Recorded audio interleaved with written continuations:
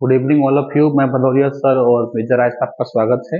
हमारे पॉलिटी के 3 लेक्चर हो गए थे और उन 3 लेक्चरों में हमने 1919 के अधिनियम तक बात कर ली थी और उसके बाद साइमन कमीशन तक हमारी चर्चा हो गई थी। और आज हम बात करेंगे साइमन कमीशन के बाद के इतिहास के बारे में। ठीक है, तो साइमन कमीशन की नियुक्ति 1919 के अधिनियम की समीक्षा के लिए की गई थी और ये तय किया गया था कि हम 10 वर्ष पश्चात 1919 के अधिनियम का समीक्षा करेंगे और क्या क्या कमियां हैं इस अधिनियम में और क्या क्या व्यवस्थाएं इसमें लागू की गई थी वो सफल रही और क्या असफल रही, ये पूरी समीक्षा 10 वर्ष के पश्चात होनी थी। लेकिन साइमन कमीशन 2 वर्ष पहले ही 3 वर्ष पहले ही 1927 में उसका गठन कर दिया गया, जो 3 फरवरी 1928 को भारत बंबई पहुंचा था, जिसका विरोध किया गया। उस विरोध में लाला लाजपत राय ने लाठियां खाई थी, जिसके कारण वो घायल हुए और बाद में उनका देहांत हो गया। ठीक है, तो यहां तक हमारी चर्चा हुई थी। उसके बाद जो सचिव था भारत में, लॉर्ड बर्किनहेड, उसने एक चुनौती दी और कहा अगर भारतीय इतने ही ज्ञानी हैं, अगर भारतीयों के पास इतना ही सामर्थ्य है तो अपना संविधान स्वयं क्यों नहीं बना लेते। कहते हैं उस समय मोतीलाल नेहरू को इस चुनौती को स्वीकार किया। उन्होंने कहा कि मैं इस चुनौती को स्वीकार करता हूं और मैं मात्र 6 महीने के अंदर आपको एक संविधान बनाकर दूंगा। इसीलिए एक नेहरू रिपोर्ट की चर्चा आती है 1928 में, जब लॉर्ड बर्किनहेड ने साइमन कमीशन का विरोध झेलना पड़ा उसको, तो वो चिढ़ गया और उसको चिढ़ के आकर कहा अगर भारतीय इतने ही समझदार हैं, इतने ही सजग हैं, तो भाई अपने लिए कानून क्यों नहीं बना लेते हैं, अपने लिए संविधान क्यों नहीं बना लेते हैं। इसीलिए इस चुनौती को मोतीलाल नेहरू ने स्वीकार किया और उसमें उन्होंने एक कमेटी का गठन किया जिसे नेहरू कमेटी का कहा गया और उस कमेटी ने 6 माह के अंदर एक संविधान तैयार किया, जिसे नेहरू रिपोर्ट के नाम से जाना जाता है। तो आज हम उसी पर चर्चा करेंगे, नेहरू रिपोर्ट। ठीक है,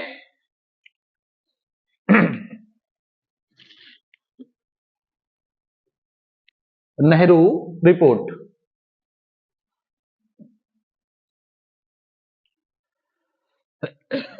तो नेहरू रिपोर्ट 1928, जो चीज मैंने आपको कही थी कि बर्किनहेड की वजह से नेहरू को चुनौती स्वीकार की, तो जब भारतीय साइमन कमीशन का विरोध कर रहे थे तभी भारत सचिव लॉर्ड बर्किनहेड ने भारतीयों को अपनी बुद्धि का प्रदर्शित कर संविधान निर्माण की चुनौती दे दी।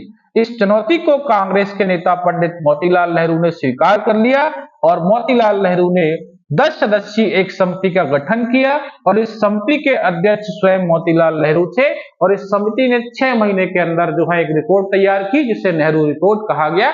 और इसी समिति में पंडित जवाहरलाल नेहरू भी थे। लेकिन बाद में जब ये रिपोर्ट तैयार की गई, इस रिपोर्ट के अंदर कुछ व्यवस्थाएं ऐसी थी जिन्हें मोतीलाल नेहरू के बेटे पंडित जवाहरलाल नेहरू ने अस्वीकार कर दिया और उधर मोहम्मद अली जिन्ना ने भी अस्वीकार कर दिया। यानी कि मोतीलाल नेहरू की अध्यक्षता में बनाई गई रिपोर्ट को ही उनके बेटे ने ही अस्वीकार कर दिया, जिसके कारण से उधर मोहम्मद अली जिन्ना ने भी अस्वीकार कर दिया, क्योंकि नेहरू कह रहे हैं कि इसमें डोमिनियन स्टेट की बात नहीं है, क्योंकि मोतीलाल नेहरू ने इसमें उपनिवेशिक राज्य के दर्जे की बात कही, जबकि पंडित लाल नेहरू कहते हैं, पंडित जवाहरलाल नेहरू कहते हैं कि मुझे भैया औपनिवेशिक राज्य नहीं चाहिए, हमको पूर्ण स्वतंत्र भारत चाहिए। यानी कि हम किसी के अधीन रहकर आजादी नहीं जो मांग सकते हैं, हम पूर्ण रूप से स्वतंत्र होंगे, पूर्ण रूप से स्वाधीन होंगे, हमें इस प्रकार का राज्य चाहिए। जबकि मोतीलाल नेहरू ने अपनी रिपोर्ट में कहा था कि हमको उपनिवेशिक राज्य का दर्जा देकर आजाद कर दीजिए।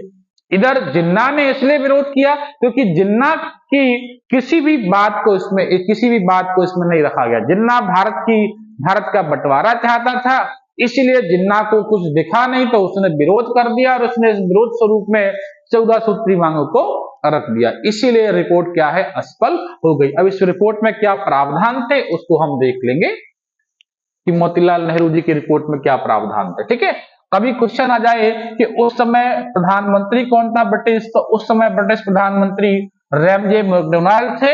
यही बाद में एक 1932 की जब आप बात करेंगे तो सांप्रदायिक पंचाट लेकर आएंगे। ठीक है, तो इसमें क्या था, उपनिवेशिक शासन का दर्जा प्राप्त हो। बस इसी बात पर पंडित जवाहरलाल नेहरू क्या है, अड़ गए कि भैया हमको उपनिवेशिक राज्य नहीं चाहिए, हमको डोमिनियन स्टेट चाहिए, हमको पूर्ण रूप से स्वतंत्र राज्य चाहिए। ठीक है। इसके बाद कहा केंद्र में पूर्ण उत्तरदायी सरकार हो, प्रांतीय स्वतंत्रता और मौलिक अधिकार प्राप्त हो। अगला प्रावधान है सर्वोच्च न्यायालय की स्थापना हो, देशी रियासतों को केंद्र के अधीन लाया जाए। यानी जो राज्य रजवाड़े हैं वो कहां पर आएंगे, केंद्र के अधीन आएंगे। ठीक है। इसके बाद क्या कहा, सांप्रदायिक निर्वाचन प्रणाली स्वीकार की जाए। यानी जिसका जनक लियोनस कार्टेस था उस व्यवस्था को भारत में खत्म करने की बात कही गई। क्या है, सांप्रदायिकता। भारत को सांप्रदायिक आधार पर बांटने का श्रेय अगर किसी को जाता है वो है लियोनस कार्टेस। ठीक है। इसके बाद क्या है, जवाहरलाल नेहरू और मोहम्मद अली जिन्ना ने नेहरू रिपोर्ट का विरोध किया क्योंकि इसमें पूर्ण स्वराज की बात नहीं थी, इसलिए नेहरू ने विरोध किया, जबकि जिन्ना ने कहा कि भैया हमें इसमें अलग देश चाहिए, उसकी बात नहीं है, इसलिए हम इस रिपोर्ट का विरोध कर रहे हैं। और इसी रिपोर्ट के विरोध में मोहम्मद अली जिन्ना ने 14 सूत्रीय मांग रखी। यानी कि ये है नेहरू रिपोर्ट, और नेहरू रिपोर्ट में विरोध क्यों किया गया उसका भी पूरा विवरण। क्योंकि उपनिवेशिक दर्जे के कारण जो है पंडित जवाहरलाल नेहरू विरोध कर बैठे, और जैसे ही पंडित जवाहरलाल नेहरू ने विरोध किया तो मोहम्मद अली जिन्ना को भी जो है विरोध करने का मौका मिल गया। अगर आपको स्क्रीनशॉट लेना हो तो आप ले सकते हैं।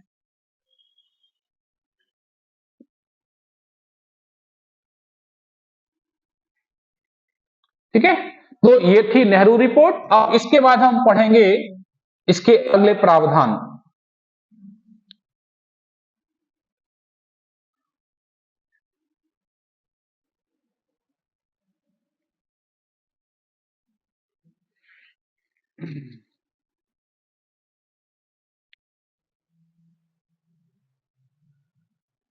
चलिए, संविधान सभा के निर्माण की मांग तथा संविधान सभा।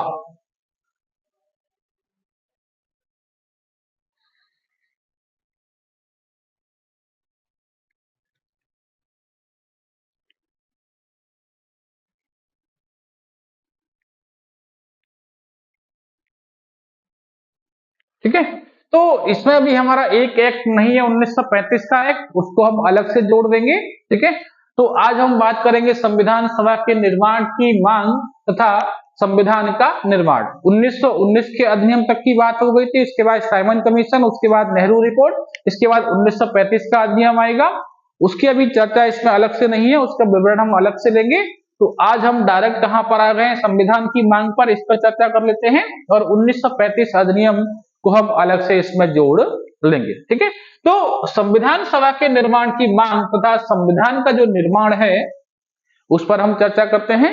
तो संविधान सभा और संविधान के निर्माण की मांग कैसे उठी, 1935 के अधिनियम के बाद भारत में 1937 में चुनाव हुए, और उधर 1939 में द्वितीय विश्व युद्ध की शुरुआत हुई, और द्वितीय विश्व युद्ध की शुरुआत के बाद जापान की ताकत बहुत बढ़ी और जापान भारी पड़ रहा था, और जापान भारत की तरफ बढ़ रहा था, और इंग्लैंड की स्थिति कमजोर होती जा रही थी।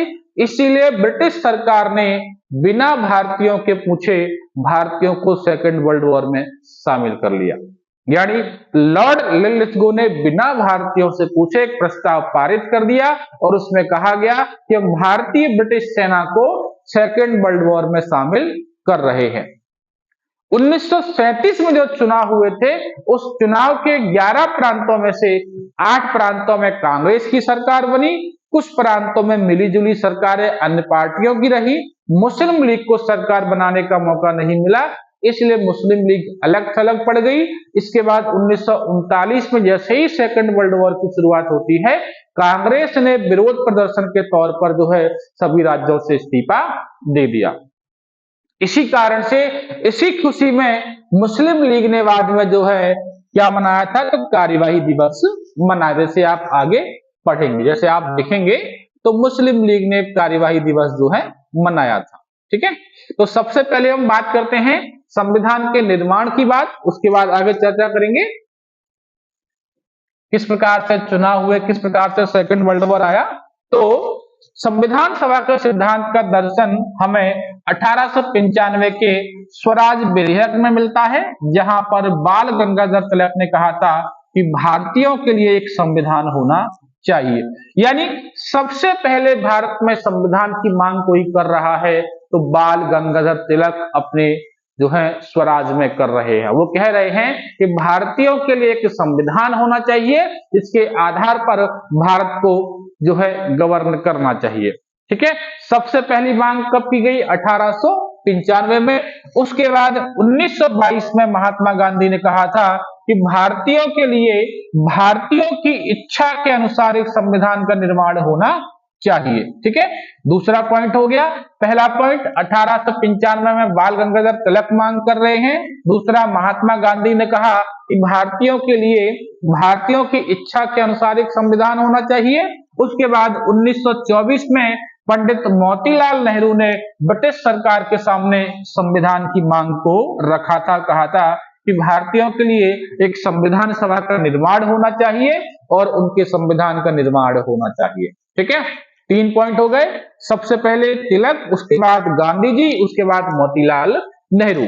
उसके बाद औपचारिक रूप से अगर हम बात करें तो औपचारिक रूप से संविधान सभा के गठन का निर्माण जो है एम.एन. रॉय के द्वारा किया गया। किसके द्वारा किया गया? एम.एन. रॉय। ठीक है, ऑफिशियल रूप से एम.एन. रॉय ने पहली बार संविधान के निर्माण और संविधान सभा के गठन पर जो है विचार प्रस्तुत किया था। हालांकि बाद में कांग्रेस भी कई बार मांग रख चुकी थी, लेकिन 1929 का एक लाहौर अधिवेशन आएगा जहां पर उसने पूर्ण स्वराज की मांग की थी और वहां से धीरे धीरे हम स्वाधीनता की ओर बढ़े थे। ठीक है, कांग्रेस भी मांग करती रही है, 36 में, 37 में, 38 में और 39 के अधिवेशन में संविधान सभा के लिए निर्माण की बात कही थी। ठीक है, तो सबसे पहले आपको समझना है, सबसे पहले तिलक ने मांग की, उसके बाद गांधी जी ने, उसके बाद मोतीलाल नेहरू ने, उसके बाद एम.एन. रॉय ने। यही पूरा एक क्रम है जो एक श्रेणी के आधार पर पूछा जा सकता है। 4 ऑप्शन दे देगा, 4 कॉलम दे देगा, आपको उसमें जोड़ी मिलानी होगी। ठीक है, तो ये आपको ध्यान रखना है किस क्रमिक रूप से जो है संविधान सभा और संविधान की मांग की जो है चर्चा है रही है। ठीक है, इसके बाद हम बात करेंगे प्रथम स्वाधीनता दिवस। वही बात है, संविधान की मांग, स्वाधीनता की बात। तो सबसे पहले स्वाधीनता की बात 1929 का कांग्रेस का लाहौर अधिवेशन है, पंडित जवाहरलाल नेहरू उसकी अध्यक्षता कर रहे हैं और उन्होंने अपनी अध्यक्षता में सबसे पहले पूर्ण स्वराज की मांग की। ये स्वराज जो शब्द है वो कहां से आया है? तिलक की विचारों से आया है और उससे पहले भी अगर हम बात करेंगे तो स्वामी दयानंद सरस्वती की मूल भावना में रहा स्वदेश स्वराज, है ना। तो पूर्ण स्वराज की मांग जो है कांग्रेस कहां कर रही है? 1929 के कांग्रेस के लाहौर अधिवेशन में कहा कि हमको पूर्ण स्वराज चाहिए और इसी पूर्ण स्वराज की मांग के आधार पर 26 जनवरी 1930 को कांग्रेस ने प्रथम स्वाधीनता दिवस मनाया। क्या मनाया? प्रथम स्वाधीनता दिवस 26 जनवरी 1930 को। इसी आधार पर संविधान लागू हुआ है। 26 जनवरी 1950 को हमारा संविधान इसलिए लागू हुआ क्योंकि हमने पूर्ण स्वाधीनता दिवस 26 जनवरी 1930 को पहली बार मनाया था। पूर्ण स्वाधीन का मतलब होता है स्वयं के अधीन होना, स्वयं का रूल होना, स्वयं का प्रशासन होना।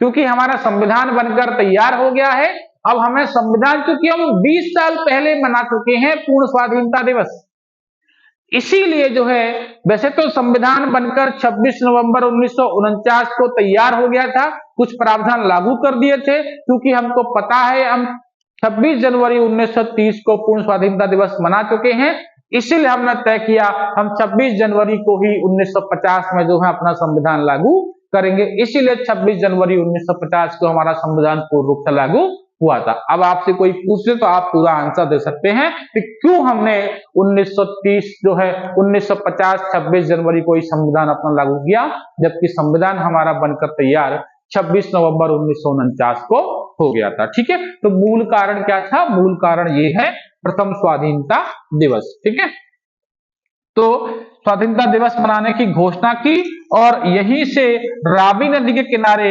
भारतीय झंडे को फहराकर हमने पूर्ण स्वाधीनता दिवस मनाया था। इसीलिए 26 जनवरी 1950 को भारतीय संविधान को पूर्ण रूप से लागू किया गया, क्योंकि भारत ने 26 जनवरी 1930 को पहली बार स्वाधीनता दिवस मनाया गया था। ठीक है, तो कांग्रेस के 1929 के लाहौर अधिवेशन में पहली बार पूर्ण स्वाधीनता का नारा दिया गया, पूर्ण स्वराज का नारा दिया गया।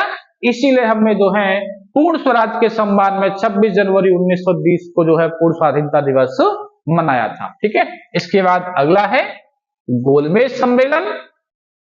1930 के बाद क्योंकि साइमन कमीशन की रिपोर्ट 1928 में आई, 1929 में साइमन कमीशन ने अपनी रिपोर्ट सबमिट की।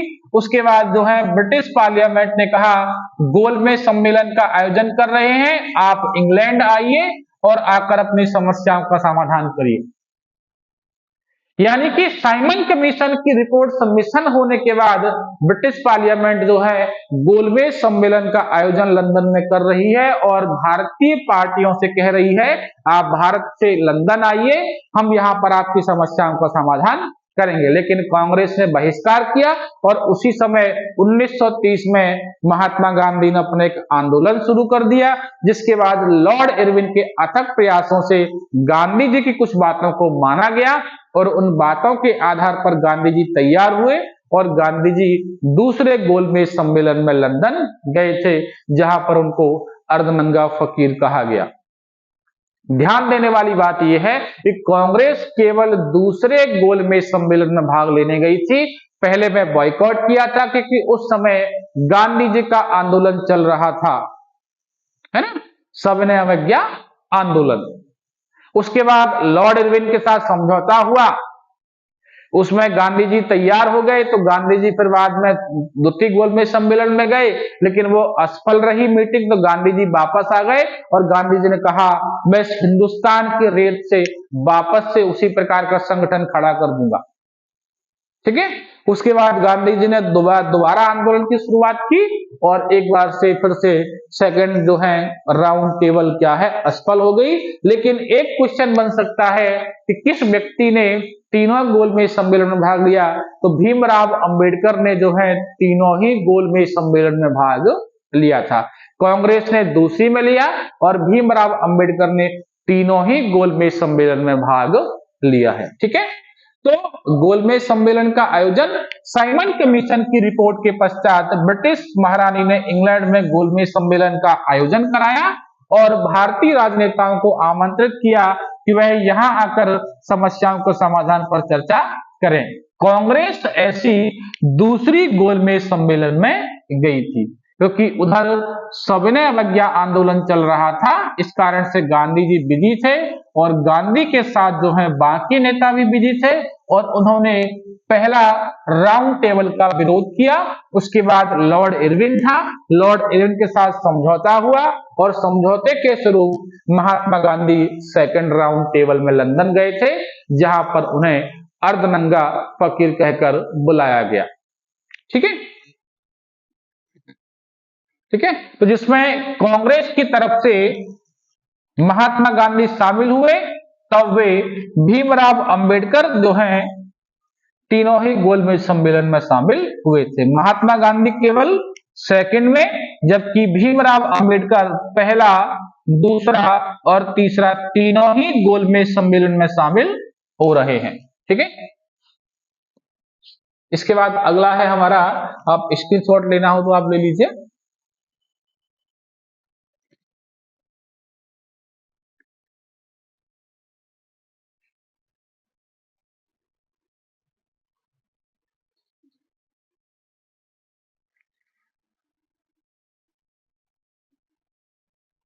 चलिए, अगला है हमारा 1937। मैंने बताया था 1935 के अधिनियम के तहत चुनाव हुआ 1937 में और उसके बाद 11 प्रांतों में से 8 प्रांतों में सरकार किसकी आई? कांग्रेस की आई, और बाकी के प्रांतों में मिली-जुली सरकारें रही।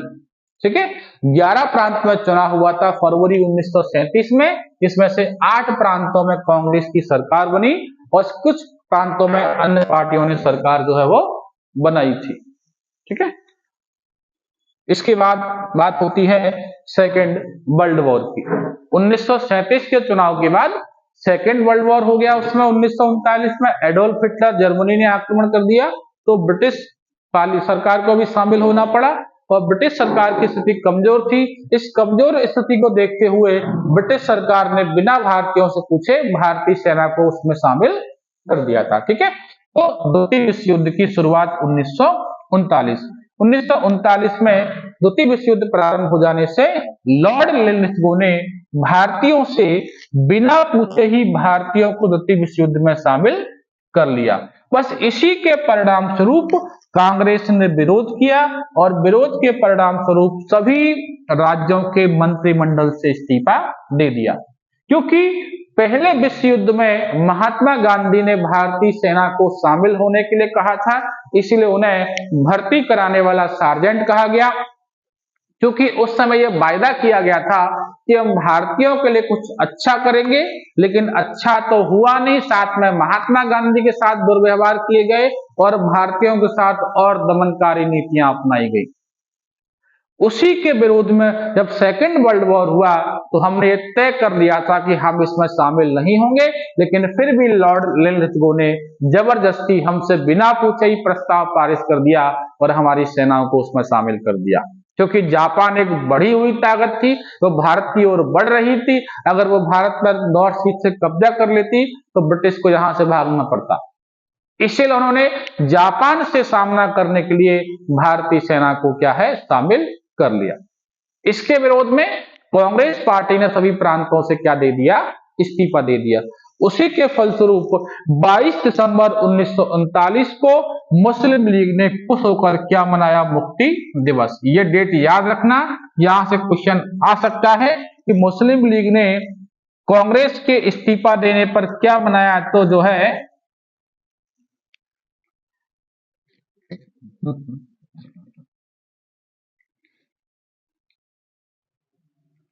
ठीक है, तो 22 दिसंबर 1939 को मुक्ति दिवस के रूप में जो है मनाया गया और भीमराव अंबेडकर भी इसमें शामिल थे।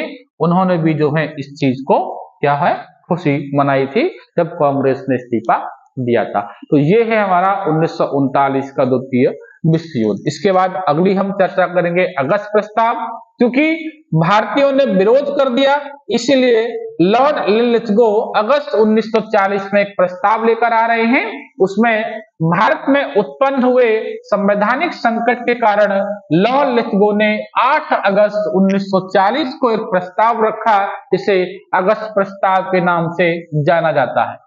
अगस्त क्रांति अलग है, अगस्त प्रस्ताव अलग है, याद रखना पड़ेगा। अगस्त क्रांति 8 अगस्त 9 अगस्त 1942 वाली है और यह अगस्त प्रस्ताव 8 अगस्त 1940 का है। ठीक है, तो भारत में हुए संवैधानिक संकट के कारण लॉर्ड लिलिथगो 8 अगस्त 1940 को प्रस्ताव लेकर आ रहे हैं, जिसे अगस्त प्रस्ताव कहा गया। और इसमें कहा गया कि हम भारतीयों का संविधान बनाएंगे और भारतीयों को अपने अधिकार देंगे। ठीक है, लेकिन युद्ध की समाप्ति के पश्चात क्या कहा कि हम भैया आपको सारे अधिकार देंगे, लेकिन युद्ध की समाप्ति के पश्चात। अब वही कहावत है, दूध से जला हुआ बालक छाछ भी फूंक फूंक कर पीता है।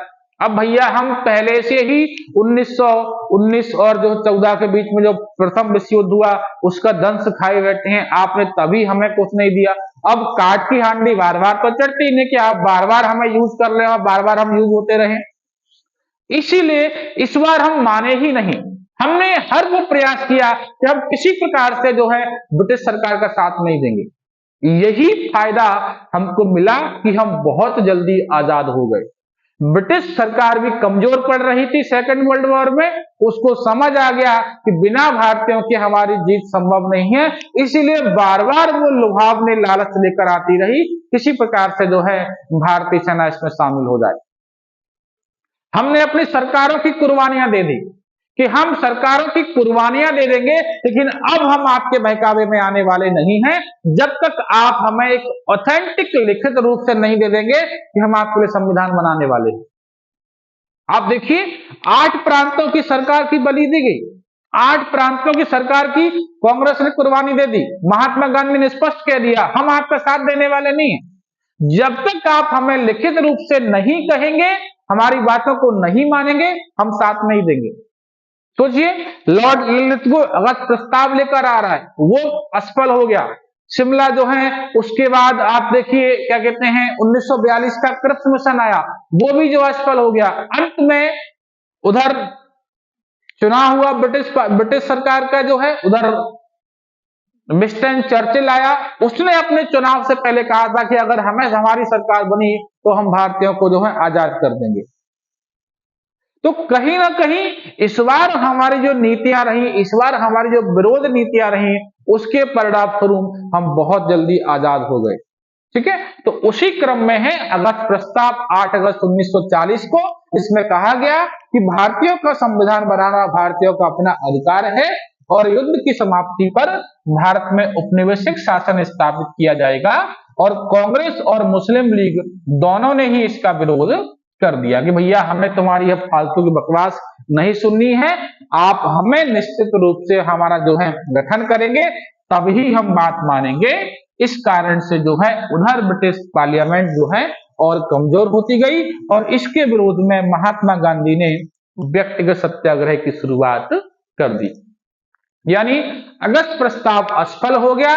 उसके बाद महात्मा गांधी महाराष्ट्र के पवनार आश्रम चले गए और वहीं से उन्होंने व्यक्तिगत सत्याग्रह की जो है शुरुआत की, जिसमें पहले व्यक्ति आचार्य विनोबा भावे हैं और दूसरे अनुयायी इसमें पंडित जवाहरलाल नेहरू हैं। यहां से भी क्वेश्चन बनता है कि व्यक्तिगत सत्याग्रह के पहले अनुयायी कौन हैं, तो आचार्य विनोबा भावे हैं और दूसरे हैं हमारे पंडित जवाहरलाल नेहरू। और यहीं से महात्मा गांधी ने नारा दिया दिल्ली चलो और दिल्ली चलो का आंदोलन की शुरुआत की, है ना। हालांकि नारा दिल्ली चलो तो सुभाष चंद्र बोस का है, यहाँ पर दिल्ली चलो आंदोलन की चर्चा हो रही है, कंफ्यूज नहीं होंगे हम। दिल्ली चलो नारा सुभाष चंद्र बोस का है, दिल्ली चलो आंदोलन किसका है, तो महात्मा गांधी का है। ये महाराष्ट्र के पवनार आश्रम में 17 अक्टूबर 1940 को, महाराष्ट्र का पवनार आश्रम, ये थोड़ी सी मिस्टेक है, पवनार है यहाँ पर, ठीक है, महाराष्ट्र का पवनार आश्रम, जहां पर महात्मा गांधी ने व्यक्तिगत सत्याग्रह की शुरुआत की और यहीं से प्रथम अनुयायी आचार्य विनोबा भावे थे और दूसरे अनुयायी हमारे पंडित जवाहरलाल नेहरू थे और यहीं से दिल्ली चलो का नारा दिया गया। ठीक है, तो आज हम इतना ही रखेंगे। हमारा वीडियो आपको कैसा लगा? अगर आपको हमारे लेक्चर्स अच्छे लगते हैं या कुछ भी आपको कमियां नजर आती हैं, कुछ गलतियां नजर आती हैं, तो आप हमें कमेंट बॉक्स में जरूर बताएं। और अगर आपको हमारे वीडियोस और हमारा कंटेंट अच्छा लगता है तो हमें लाइक करें, सब्सक्राइब करें और बेल आइकन दबाएं। Thank you.